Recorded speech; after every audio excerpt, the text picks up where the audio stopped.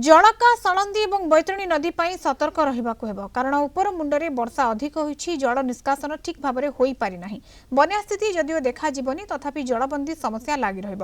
भद्रक जिलार तिहिडी चांदबाली और बालेश्वर सदर बस्ता और जाजपुर दशरथपुर में जलबंदी स्थिति लागि रहिब कारण लघुचाप वर्षा एभली स्थिति उपजिछि। 17 स्थान में 100 मिलीमीटर अधिक वर्षा होईछि। बुढ़ाबड़ंगे बड़ बन्या नाही, सेहीपरि ब्राह्मणी सुवर्णरेखा और बैतरणी में बन्या संभावना नाही। महानदी में सेमिति बन्या स्थिति नाही। हीराकुद्र जलस्तर 614 फुट को खसी आसी। हीराकुद्र सकाळे हीराकुद्रे 4टी गेट बंद करा जायछि, 2टी गेट खोला रहिछि। उत्तर ओडिशा रे अधिक वर्षा रेकर्ड होईछि बोली सूचना दैछन्ति जलसंपद विभाग सर्वोच्च जंत्री दिलीप राउत।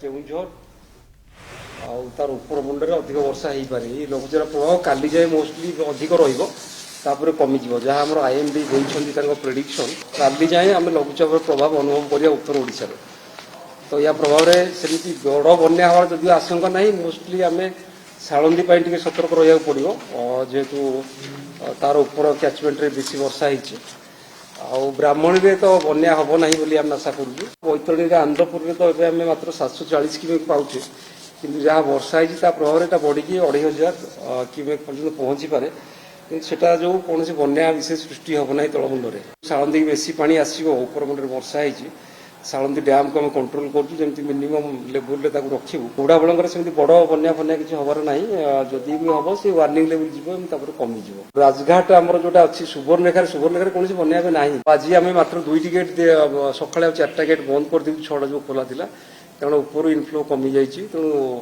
तार लेवल आम 614 जो अच्छी धीरे धीरे बढ़ाया चेष्टा करूँ। हीराकुद कौन असुविधा भी ना भल स्थिति अच्छे।